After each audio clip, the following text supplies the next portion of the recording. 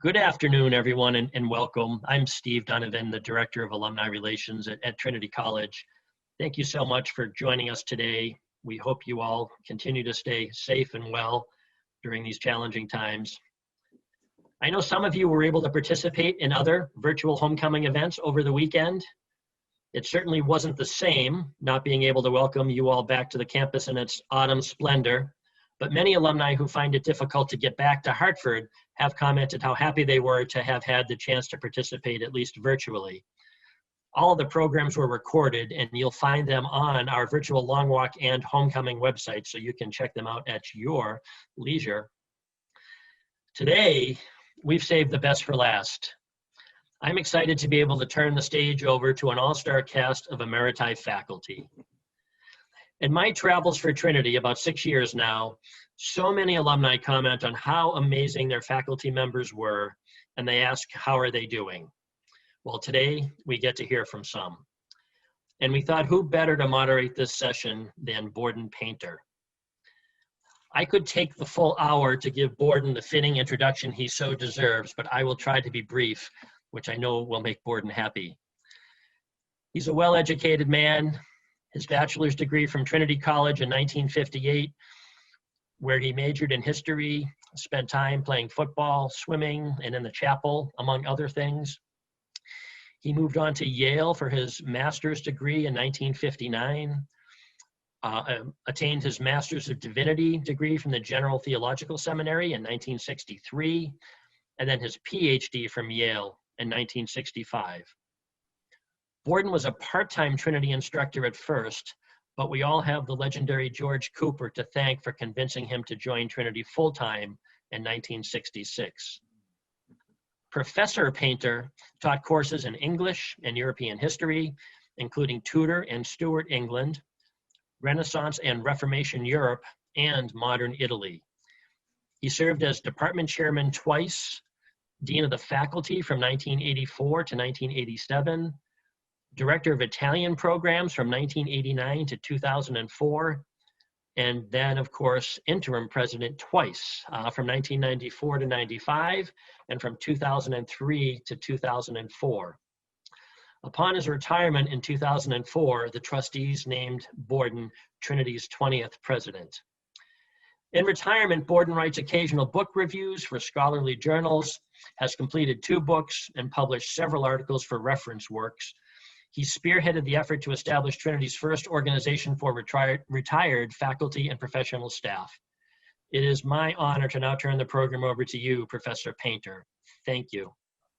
Thank you, Steve, very much, and welcome everyone this afternoon. Thanks a lot for joining us and our panel on looking at the past and preparing for the future.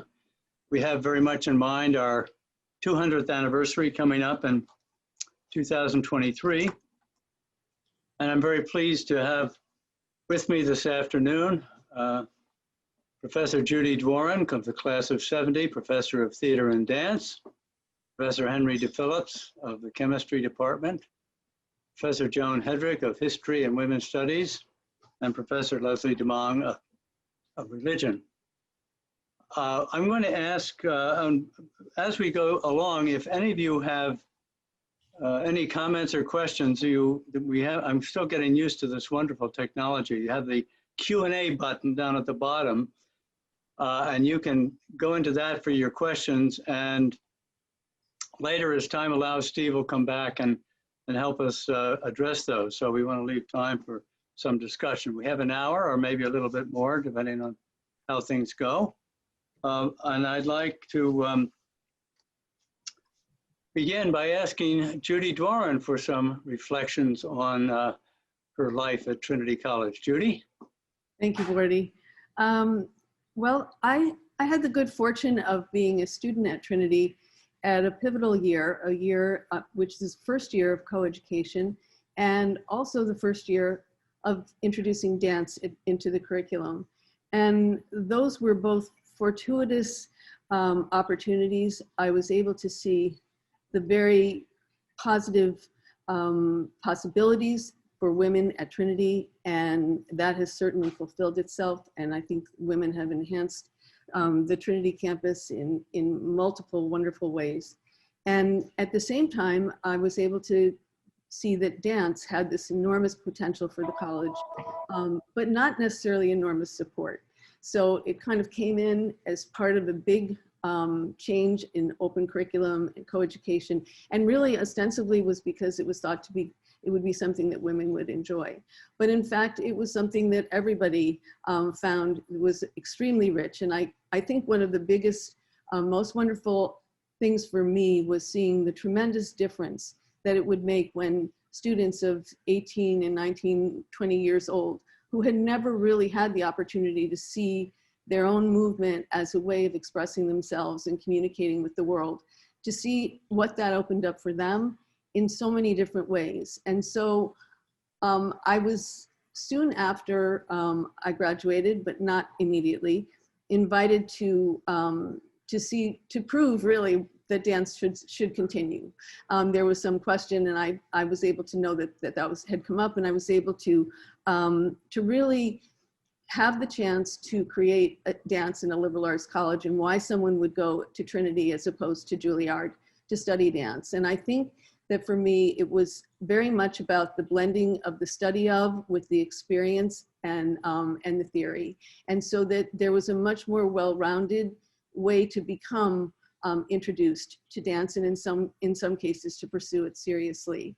And again, I think that blending of the three was important and allowed it to move forward at the college, where there was, I think, some skepticism about its academic viability, but slowly that dispelled, and was able to build to a program and then into a department of theater and dance, a department in which there was respect for the individuality of each discipline, but also a strong cross-disciplinary focus of really understanding the ways that art forms intersect with each other and also find their own independence. I think the capstone of that for me, aside from seeing a department and a major created, was the Trinity La Mama program in New York City, where students had the opportunity to completely immerse themselves in the place where the arts are the richest, the most fertile ground for the arts, and to see performances, to study and train, and also to study about. And so for me, I think that has been a kind of formula for learning that has been part of everything that I do as a teacher, as a professor at a college, or as a facilitator in a prison, which has been part of my later work.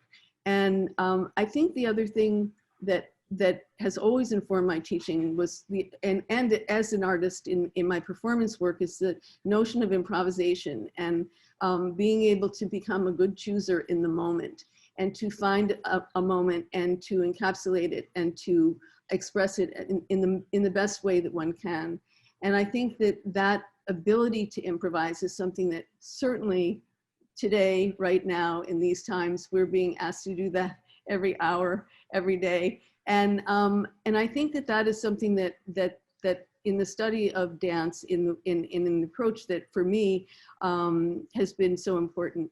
I think that I hope that I've been able to share with students how to become good choosers, and choosers in the moment, as we're challenged to do at this moment in time.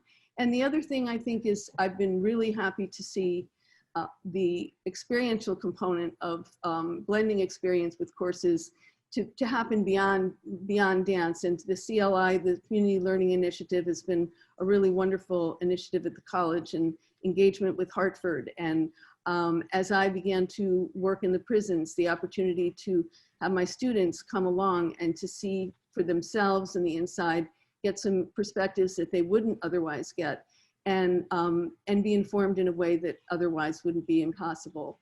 So I think if I thought about the highlights, those are probably among the highlights that I would point to. And it's also just a highlight to be with these colleagues here, all of whom in one way or another I've had wonderful interactions and supportive interactions through the years. So happy to be here. Thank you so much, Judy. You know, I can't help but say how pleased, how proud I was of Trinity that the trustees voted to go co-ed relatively early on. You know, he who hesitates is lost. Some schools hesitated and people opposed it and whatever. We just went ahead. And of course, we had the good fortune that Judy transferred in and so became a graduate in the class of 1970. I'm going to ask next Professor Henry DePhillips in chemistry for a few remarks and reflections. Henry? Well, I'm going to begin by just supplementing a little bit on Judy's story, because on my first term as chairman of the curriculum committee, one day in 1971, a young student faculty member came to me and said, I want to talk to you about the possibility of instituting a dance major at Trinity. And she went on and explained in much detail and much enthusiasm about this particular major and why it's appropriate for a liberal arts institution. Well, I took that enthusiasm with me back to the curriculum committee and put it at the top of our next agenda. And what happened was a unanimous vote by the curriculum committee to put forward the dance program as a major at Trinity. So, but now let me turn my attention to another area of the college, and that is the natural sciences, in my case, chemistry. I've been here a long time, since 1963, and in all of those 57 years, there have been many, many, many changes at Trinity. Just to kind of put it all in perspective, when I came here, started in 1963, we had 4 faculty members, all male, and now we have 12 faculty members, still 4 males, but the rest are all females. And we have a lot of diversity in the department as well, and we are very much proud of all of the members in our department. Well, I retired in 2012, but interestingly enough, the department invited me to stay on and to keep my office, to keep my laboratories, and I have an active research program ongoing now that I'll address a little bit more later.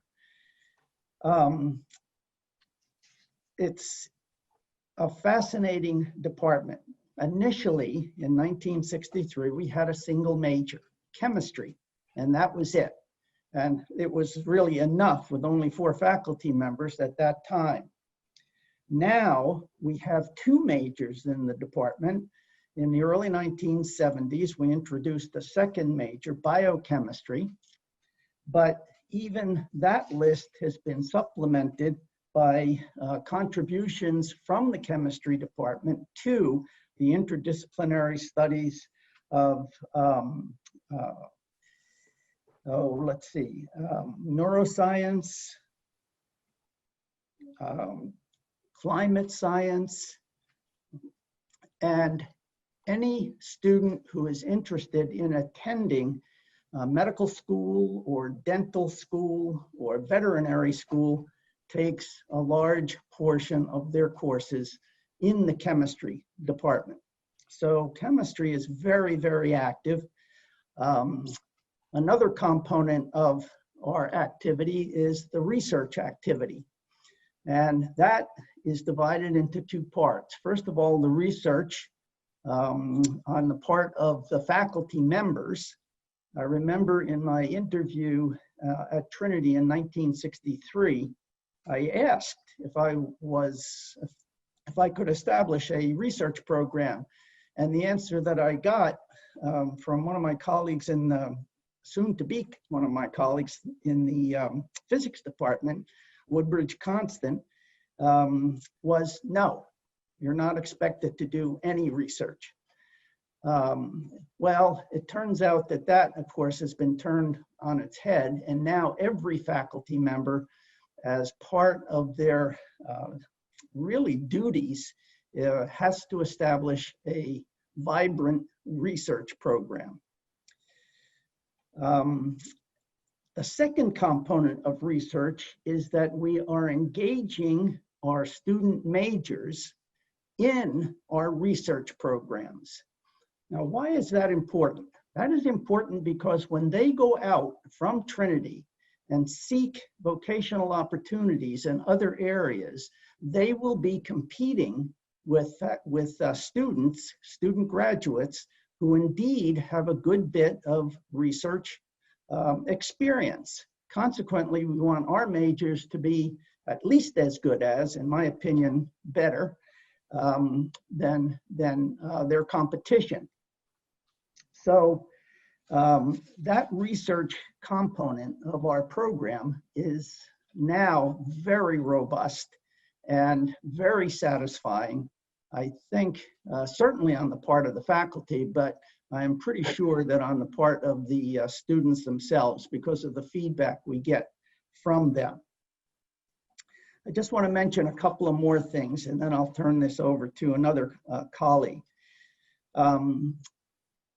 My journey at Trinity for these past 57 years has been divided into two very separate parts. For the first 25 years, I have been a faculty member of the chemistry department for all those years, but for the first 25 years, my research really centered on the protein chemistry of those activities, those functions of all bodies that use oxygen as their source of energy.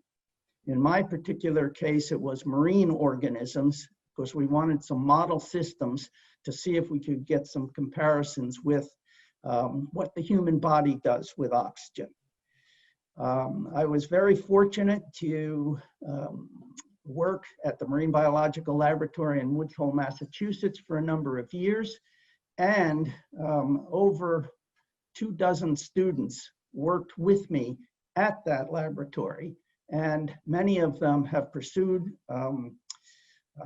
vocations in the health professions or actually in the biochemical, biological area. But then in 1986, a very strange thing happened. I was also an assistant coach to the women's tennis team for 22 years. And in 1986, I was playing in a tennis match at Trinity on a very hot day in August. And afterwards, sitting around with my partner and the other competitors, and I was asked if I would be interested in perhaps analyzing some pigments. Well, it turned out that my partner was the head of conservation at the Wadsworth Athenaeum, and his name was Steve Kornhauser. Some of you, I'm sure, will know of him. And that particular conversation led to a whole new direction in my research, and that is in conservation science. Now, to be fair, it was really a confluence of circumstances that led to my spending so much time, at least the last 30 years, in conservation science. And that was due to the fact that the technology that was developing in the sciences to investigate, for example, chemical systems, biological systems, any other system, could now be applied to the investigation of artworks. The whole field, indeed, of conservation science has developed to an incredible extent over the past, about 50 years now. So not only was I able to contribute to that particular area, but it also allowed me, and indeed my family as well, to spend a good deal of time in Italy, specifically Rome, which is really the center of the conservation universe.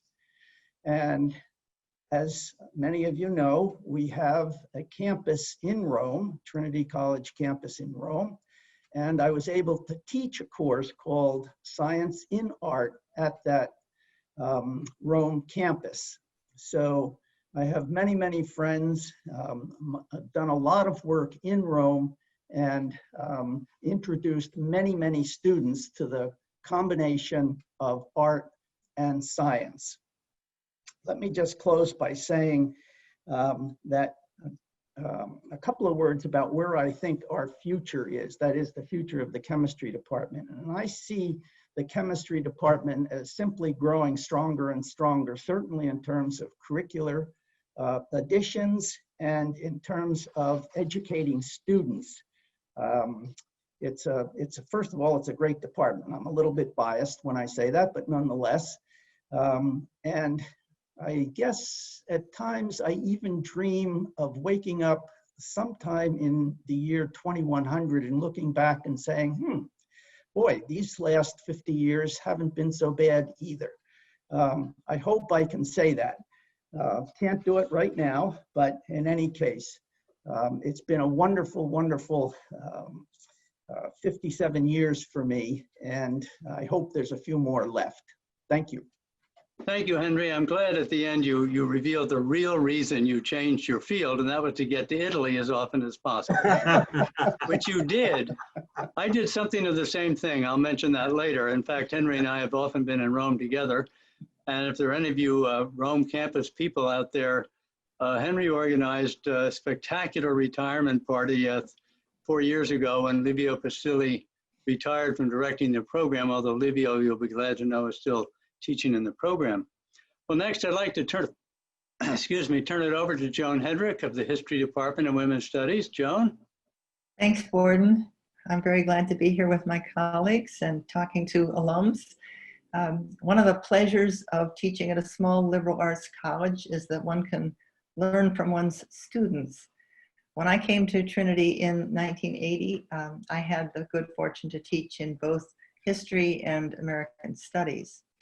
I was asked to read a senior thesis by Mary Pike on women in the novels of Harriet Beecher Stowe.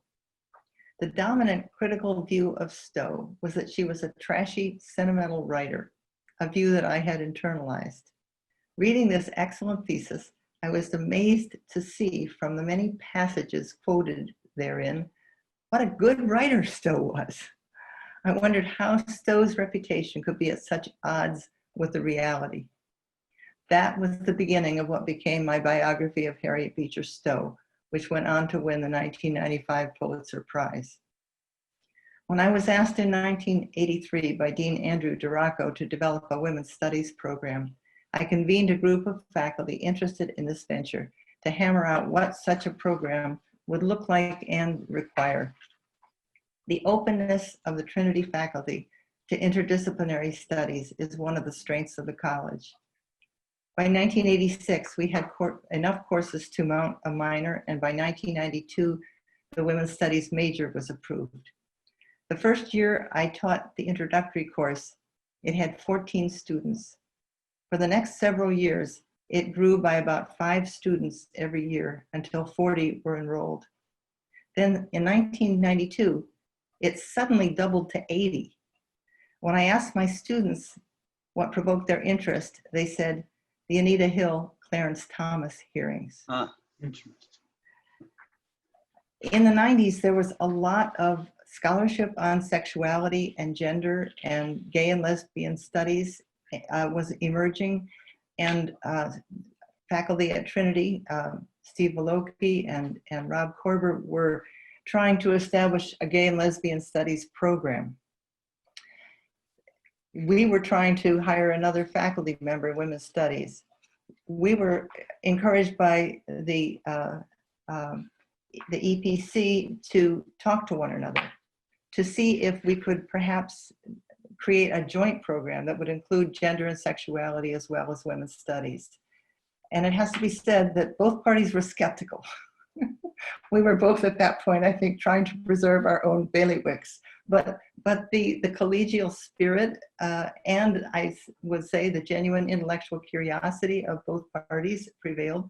We sat down, we had many meetings, and we were determined that we weren't simply going to cobble things together if it didn't work. If there wasn't a kind of intellectual integrity to the program. And we came up with a way of figuring out whether that would be the case. We put down the syllabi of the introductory courses of women's studies and gender and sexuality next to one another, and we analyzed them. And we realized that there were 5 concepts common to both syllabi, including the importance of an analysis of power and the importance of placing concepts and movements in a historical perspective. Once we realized that, we were all on board, and we just moved toward trying to figure out what a joint introductory course would look like. And from there, we went on to design the program, and it reinvigorated women's studies. It put gender and sexuality studies at the forefront. It was great for our students, and it was really great for our both programs. There were always many first-year students enrolled in the 101 course, and I never knew what they were going to say. Teaching is like sailing. You know where you want to go, but how to get there depends on which way the wind blows. I loved that challenge and the students' engagement. I still miss it. Thank you, Joan. I think one of just hit on one of, I think, the strengths that Trinity always has had, which is the close rapport with our students, our availability as faculty. I think we do that better than many, many schools, even some of our peer institutions. I'm also happy to remember that it was while I was Dean of the Faculty that you have got your tenure track appointment. That's right. Which I'm very proud to have been a part of. Thank you. Okay, Leslie, you're on. Well, thank you very much, Borden. It's really wonderful to be able to address the alumni, and I'm very, very pleased to be part of this panel. And I really especially pleased to see some of my colleagues whom I had not seen for quite some time. So it was sort of nice to see you all again. I'm going to pick up a little bit on what Joan said, and that is the time that I've spent at Trinity was really, in a sense, like sailing in many ways. Someone once said that you know, you can go ahead and sail, but you can't control the wind. Well, it is true that I couldn't control the wind when I was at Trinity, and because my field of research sort of took a big switch as well, very much like Henry's has in past years. Let me talk first of all a little bit about the strength of Trinity, and there are some things that I think that I need to mention. And that is that at Trinity, there is possibility for collaborative research as there is collaborative teaching. During the time that I've been here, and I came to Trinity in 1978, I've had opportunities to teach collaborative, and that is to team teach classes with some of my colleagues. I remember teaching a course on the book of Revelation out of the Bible with John Gatier, which turned out to be quite an experience for me. John is just a wonderful teacher, and some of you might remember John and who had taken courses from him. And I learned a lot about teaching in my younger years from John. Took a lot of notes, and in fact, turned out that I applied a lot of what I had learned from him in my own teaching. And that's what collaborative teaching or team teaching does. The other is that I also had taught a course with Pat Byrne on liberation theology in Latin America and the Caribbean, which also turned out to be very fulfilling for me as well. But part of the collaborating work that's done at Trinity among the faculty, and that's one of the strengths of the college, is that it also provides an opportunity for faculty members to do collaborative research and collaborative work. And during the time that I've been here at Trinity, I had published a couple of articles with Edsel Cardenia. Some of you might remember him in the psychology department. And one of them was published, of all places, in a journal in Germany, a scientific journal in Germany, and it was about spirit possession, I remember. So that has been a wonderful thing to be able to work with him and to do research and then to collaborate both fields, psychology and religious studies, together. I learned a lot from him as well as he did with me in our approach to this whole issue of spirit possession. So that's one of the things, that one of the aspects of Trinity which I found in my years at Trinity to be very strong, is the encouragement of the college for faculty to work collaboratively. I think it's also possible for students to also to work collaborative. And I think in the past, I've had a number of students in the intercultural, what used to be the intercultural studies program, and I'll mention that a little later. But the international students, studies students, who have worked collaborative on a number of topics, a number of papers that they have done together, and presentations that they have done. That's one of the things that we've done in international studies, that the students have had to make presentations. And it's been good for them, but also good for us to watch and to see students who have worked collaboratively on the topic, an international dimension, and that they've presented these to the college and to mostly the majors in international studies.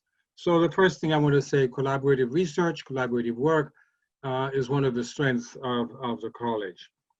The second thing I want to say is in terms of diversity. When I came to Trinity, there were very few courses offered in so-called non-Western studies, non-European, non-US. And I've watched through the 40 years that I've been at Trinity, the growth on the curriculum, the increase in number of faculty doing non-European, non-American work, non-US, I mean, and to see how this has been so satisfying, because the growth in that area has brought more people from different areas, studying different areas of the world, which has made it again very much richer in our collaboration and our relationship and with each other. There are more classes at the beginning in intercultural studies, what used to be called intercultural studies. When I came in '78, there were courses in, the first courses were in Asian studies, and that grew very, very quickly to courses in Latin America and the Caribbean, as well as African studies. And the program itself, the intercultural studies, grew in such a way that by 1989, it had become the area studies program, and it was patterned pretty much after Yale. I directed that program from 1981 to about 1989, I'm sorry, 1989. And I'm sorry, 1981 to 1989, that's correct. And then during that time, then the program grew, and it was developed in very specific ways, that you had different areas where the students could major in either in Asian studies or African studies, Russian studies, or Latin America and the Caribbean.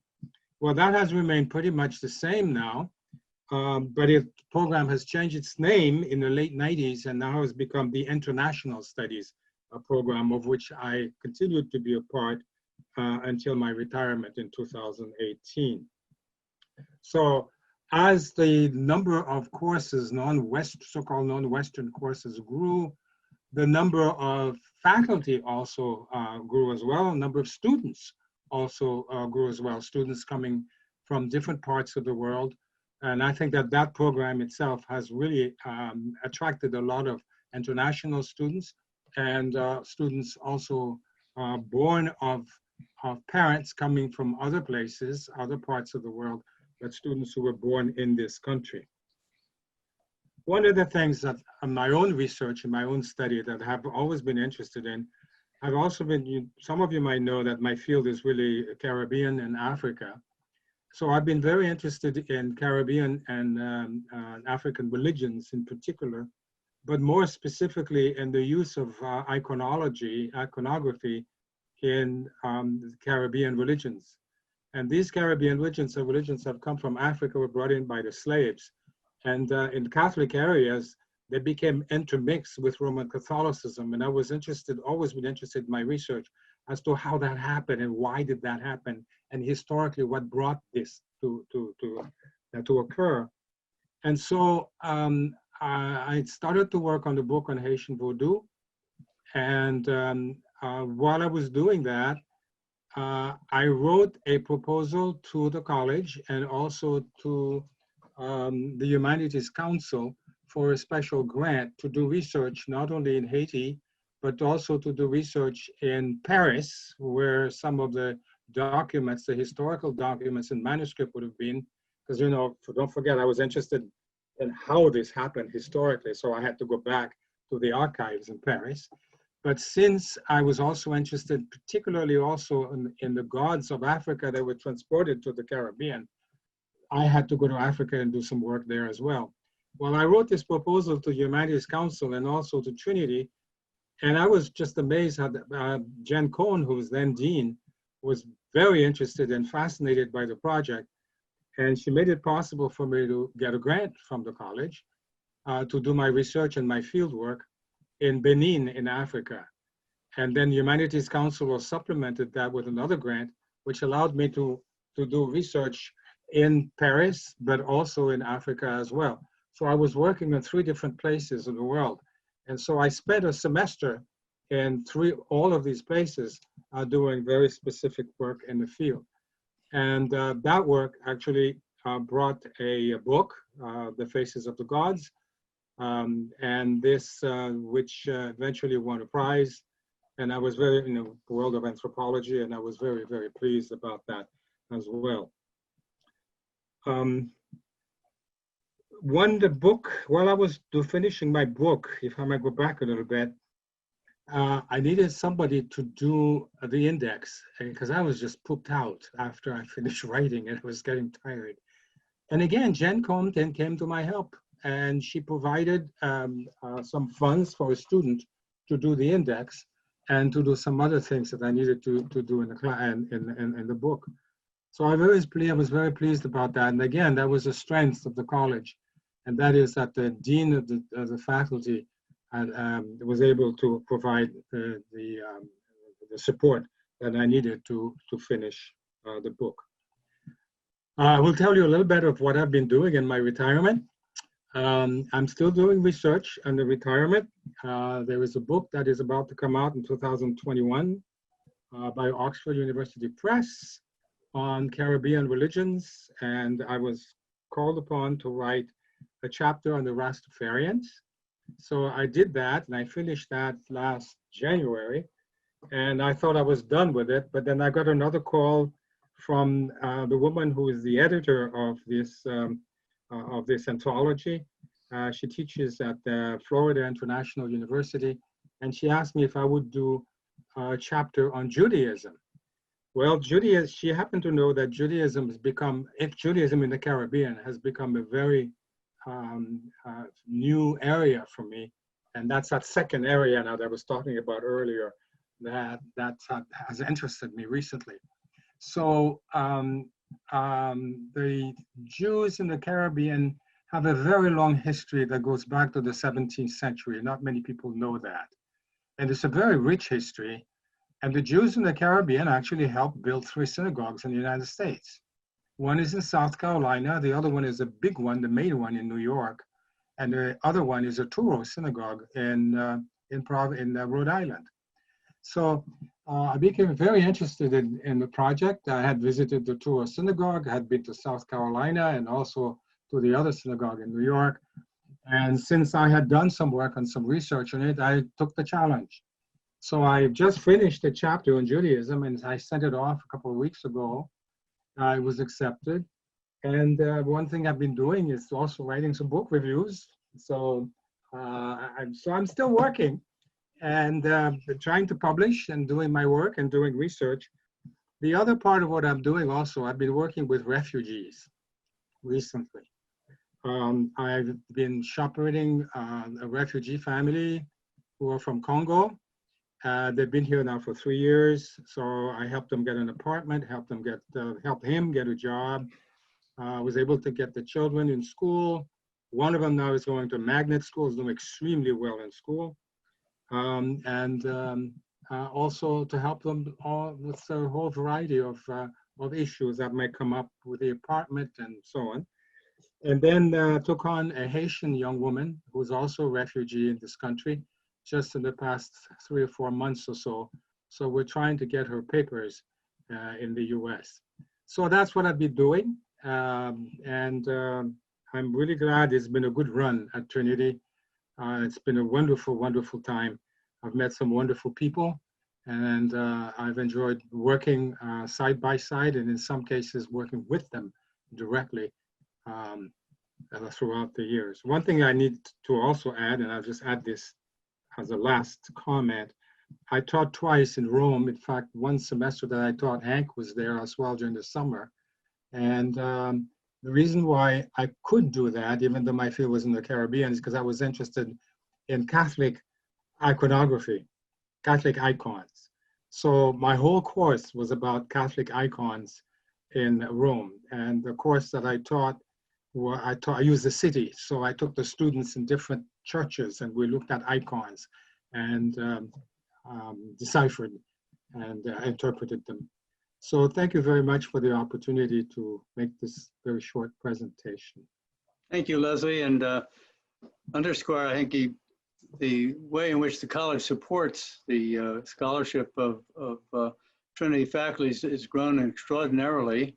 We're primarily a teaching undergraduate college, but of course buttressed by our scholarship, which often feeds right into our teaching. I'll just add a few remarks. I showed up at Trinity in September 1954, living on the first floor of Joan's dorm, then known as the New Dorm. Jones and Elton, were built right after the war when the college doubled in size. I call them in the cinder block Renaissance style. And I made my first big mistake at Trinity. I played football in high school, and I wasn't going to go out in college. Steve mentioned my football career, ill-starred. I went to a pep rally by Bill Gerhold, the new freshman football coach, and was so inspired I showed up the next day to go out for football, to play center again, all 165 pounds. The other guy who went out for center was Roger LeClaire, who later played for the Chicago Bears. And I knew right away I'd made a mistake. But anyway, we won't go any further with my ill-starred career there. The other obstacle in my freshman year, there were distribution requirements.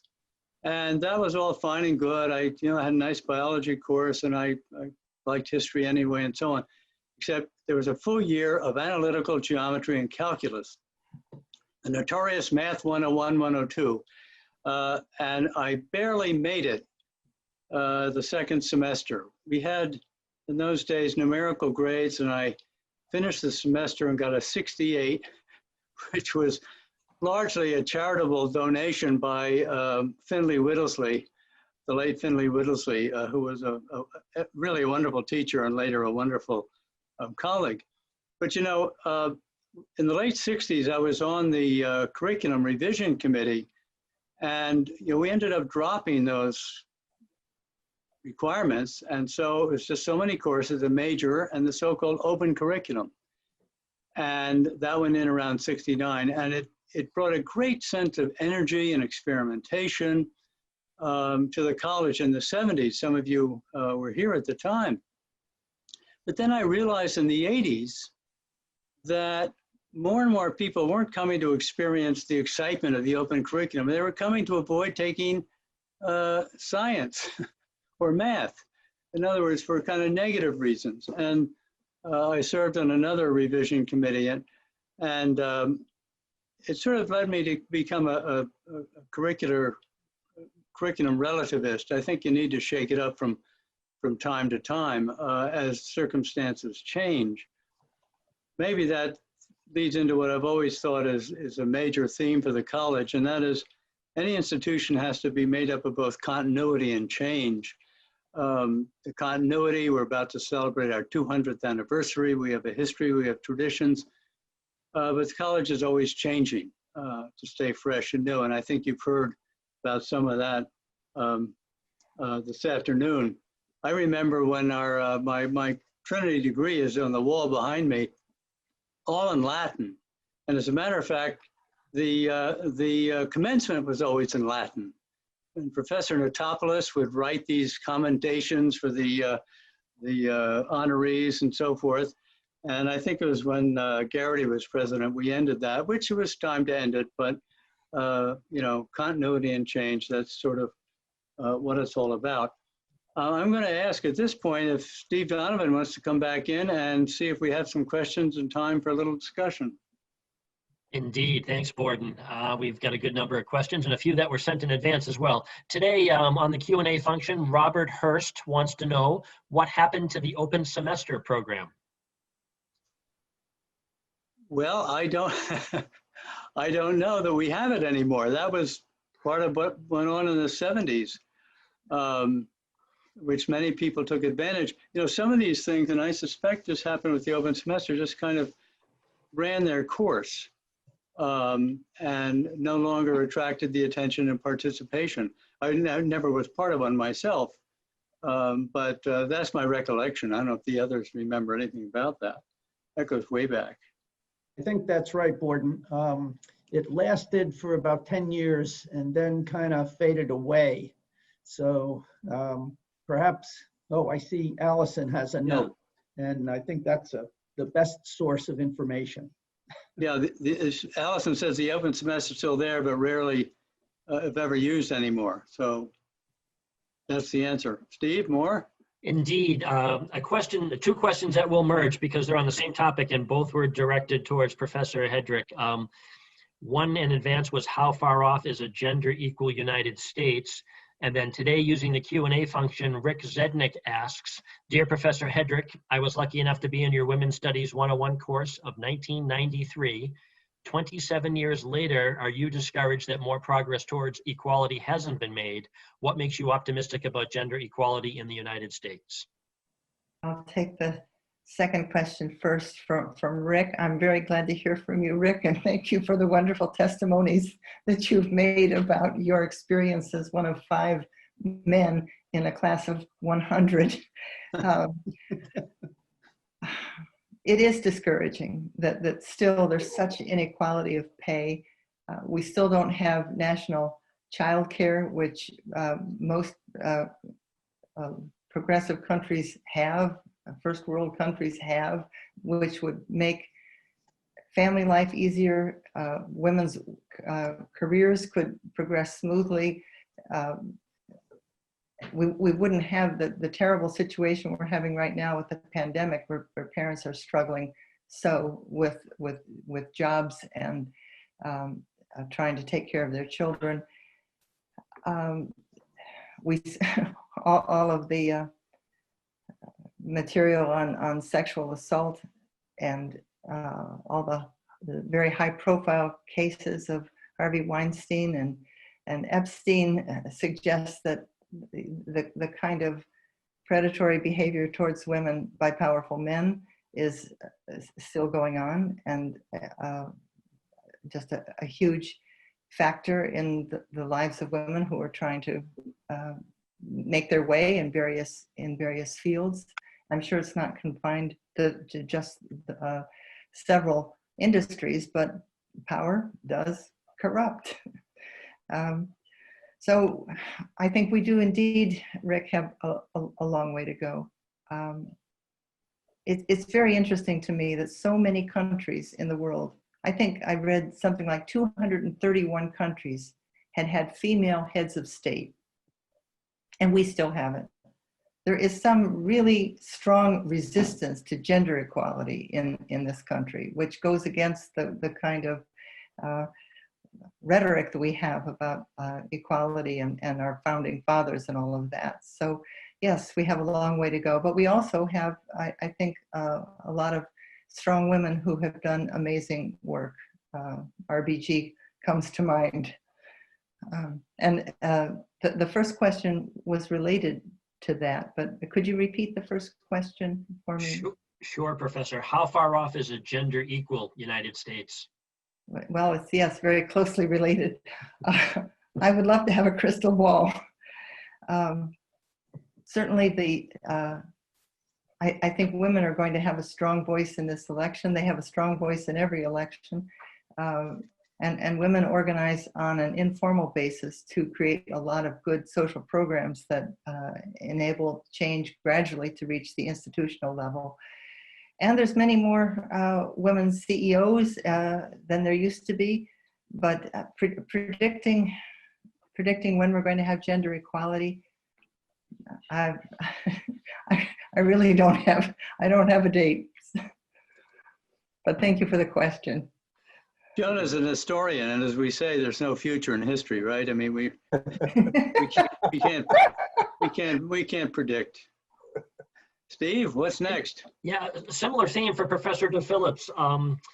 Richard Turk had remembered your class back in the day as being almost completely men, and just wonders if progress has been made in the sciences in particular on this front.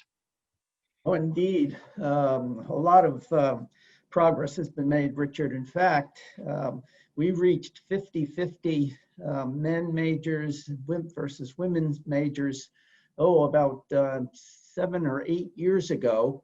And over the last 2 years, we actually have had more women's majors than men's majors by about 55, 56 to 45, 44, something like that percentage.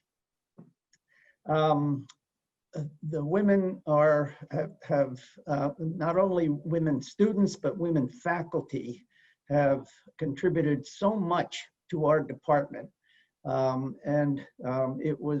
It's just been a wonderful place to work, to teach, to do research at, and it's just, as I said, just a wonderful place to be. Thanks. Another question. Within today's job landscape for graduates, what are key areas of strength that Trinity provides? Let me say something about that. I've long talked about what I call the bread and butter aspects of a liberal arts education. Too many people are still fixed on, what's your major and what's, when people would ask me, what are you going to do with a history major? I'd say nothing, unless you're going to be an historian. But that doesn't mean you won't be trained or go to graduate school. When I was dean of the faculty, I made a trip to Baltimore. And at a reception, I was talking with an alum. He'd been a history major and a advisee of mine. He said he worked for one of the big banks and did a lot of the interviewing. And he said the bank had just decided to change its policy in hiring recent college graduates to favoring liberal arts graduates over business undergraduate majors. Why? Because they got to a certain level and they had more skills to move onward and upward. And so one should not get fixated on, unless, it's true, engineering, chemistry maybe. There are some computer science fields that could lead to direct employment. But studies again and again show that 10 years out, the English majors are generally doing as well as the engineers. I remember, some of you remember the late Ted Sloan, my colleague in history department. Several of his stepdaughters went to Trinity. One was a theater and dance major, and her senior project, she had to write a play, produce a play, do all the work of putting on a production. Now, if you don't learn life skills doing that, I don't know what else would do it. So I just make a strong plea, especially to parents. Let your undergraduate son or daughter major in what they have a passion, interest in, and then tell them to branch out and get some interdisciplinary other work. But in the not very long run, a liberal arts education at Trinity will do you just fine, I think, out in the professional and work field. End of my homily. We have a lot of students in the sciences, and I'm not talking about just chemistry now, but chemistry, biology, engineering, certainly computer science, who get very, very good jobs directly out of Trinity. But many of them go on to further study, graduate school, medical school, as I mentioned before, dental school, veterinary school, and the preparation that they have here. We gauge our success on the success of our students, and apparently the preparation they are getting at Trinity is equal to or better in many cases than the preparation that their peers have at these other institutions. So they're doing just fine. And I remember Jimmy Jones saying many times that a strong science program at a liberal arts institution is essential for that institution to be great. Can I say something about that too? I remember once I went to Boston at a conference, and the speaker was John Kerry. And at the end of that, the speech that he had made, some of us had approached him to talk with him. And I remember he said, and I believe he repeated that actually publicly, and it was in the news, that if he had to do it all over again, he would be a religion major, because it would help him understand something about what motivated people around the world as Secretary of State. I took that, I thought it was a very interesting comment. But let me say one more thing. I remember some years ago, we had a student who graduated, always wore jeans and a cowboy hat. And I remember seeing him about 10, 12 years later, he was visiting McCook, which is where the religion department is now. And he was wearing a three-piece suit. I almost didn't recognize him in the hallway. And I looked at him again and again. And I finally said, John, is that you? And he said, yes. So we started to talk. And I asked him, what happened to you? Where's your cowboy hat and your holy jeans? And he said, I am now a director of a bank, or manager of a bank, a small bank in some town in Connecticut. And he was a religion major. And I said, how did you do that? And this is what happened. He had been interested primarily in Hinduism and Buddhism. And he had studied those two religions, particularly Hinduism, with Professor Finley. And once he graduated with that concentration in religious studies, he had gone to work with this bank. And a lot of the people who were clients of this bank, he explained to me, were Hindus. And therefore, he could actually speak with them about their religion and their culture. And because of that, that facilitated you might say, lubricate the passage, perhaps, from being just simply a low-level executive to a much higher level executive. So one never knows really what will happen once you have a major. You choose a major. I always tell my students, if you choose a major that you like, because if you like it, you'll do well in it and you'll have a good transcript. And then you could go on. If you go into business, most business corporations are going to train you to do their business in their own way anyway. So just do what you have to do. Enjoy your major, enjoy your college, enjoy your studies, and then move on. Well put. Steve, any more? Yeah, there are a few more, and there's one that I definitely think would be a fitting closing question. So we'll give that. You're the timekeeper, Professor Painter, so I won't give you that one yet. But Shep, first we'll go to Shep Scheinberg, class of 1959, who addresses. I remember Shep, yes. He addresses this question to Professor Dworin. He asks, looking at native cultures, what is the motivation that induces people to dance? Well, I think in native cultures, we see a real integration of dance in the culture itself. So it's not separate from, but it becomes an expression of the culture. The rituals that happen, the passing of life, the coming of rain, the various traditions and coming of age. So it's definitely something that builds within. And I think that that in our own culture, in modern day culture, there's a separation, so that dance becomes an activity that's a sort of a codified activity within its own place. And I think that what happens when people start to reacquaint themselves with movement and dance, and I think one of the things that is a wonderful part of the theater and dance department is getting back to a sense of that as being a basic way to establish community, to establish expression, and to bring it back more into a kind of a bonding and binding expression of experience. So I think that we have a lot to learn from native cultures. We've kind of separated ourselves in a way that I don't think has always been helpful. And so in some ways it's kind of reacquainting ourselves with another way of being. We're just after 5 o'clock, so let me go to this question, which I think is fantastic. And I thank Ann Carol Winters from the class of '85 who sent it to us in advance and then kindly reminded us about it here today too on the Q&A function. Ann says, it's so great to see all of you, especially Professors Painter and Hedrick, who I knew very well. I also had Professor DePhillips in his first science and the arts course in 1986, she believes, and a comparative religion course with Professor Desmangles. She's covering the bases. My question was, what should she have learned from all of you over 30 years ago that you wish your students would always remember?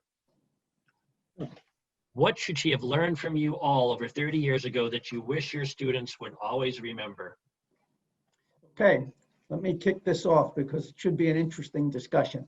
Yeah. What I tell all of my students, especially the ones I get to know very, very well, is that what you have done here at Trinity, the specifics of what you have done are not important.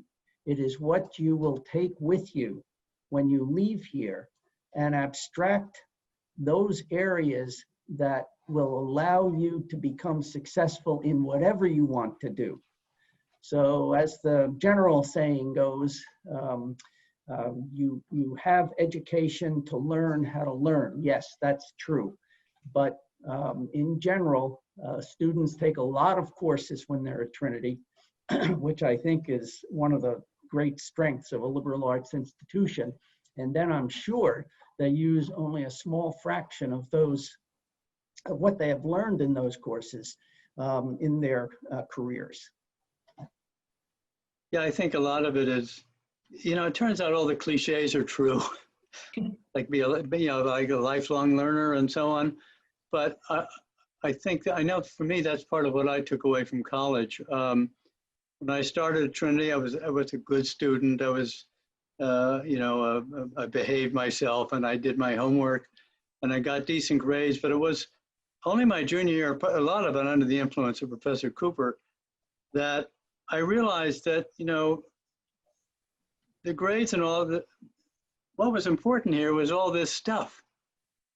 The art, the history, even the math, maybe, the richness of it all. And just to kind of dive in, and I became what I called a twice-born academic. And I think that's one of the great things to take away. To speak to Ann Carol, we could have told you that as undergraduates, you might not have believed it. Sometimes I think it's when we look back 5, 8, 10 years later and realize how much we learned maybe from a class we hadn't thought much about, or a professor that we hadn't thought much about. Part of it's just the maturity of catching up with maybe the richness of the education you had. Wonderful question. Yeah. I just want, go ahead. Okay. Go ahead, Judy. Thanks, Leslie. I guess I would just say that I would want everyone to remember that everybody has a creative potential, the ability to be creative, to think outside the box, and to make a difference. And I think that the making a difference is becomes even more important. And so I think it's never giving up on that sense, that part of oneself, and just opting to go along, but more to keep alive that creative instinct and to allow it to blossom in really rich ways. Yeah, speaking of creativity, maybe some of you already know this. I was a music major in college. I graduated in music with a concentration on conducting and voice. And I went on then to anthropology of religion, but I never thought that I would ever use it, religion, music in any way. But I have to say that once I started to do my work and studying different religions, one of the things that captured my imagination was the use of music, and Judy, you'd be glad to know that, to dance in religion. So it was interesting that when I was doing my research, I understood that music and I was able to apply it to the research and to my own writing in explaining some aspects of the music and the dance because of the training that I had in music. The other dimension of that is that I still continue with my music. I'm a great lover of opera. I still listen to a large collection of operas, CD operas that my wife and I watch all the time. But that knowledge that I've had of music continues to enrich my life. And so it's been a great blessing to me to be able to listen to music in a very intelligent way. And so this has been another dimension of my life, which has also been very important to me. Thank you, Leslie. We have run over our time, as it were. So we'll bring the session to an end. I want to thank my panelists and Steve and the staff for setting this up. It's been a wonderful experience, and thank you all for joining us. I hope you found it worth your while, and I hope we'll see you in the future once we get over the challenges of today and have you all back for reunions and other happy occasions. Thank you all, and good night.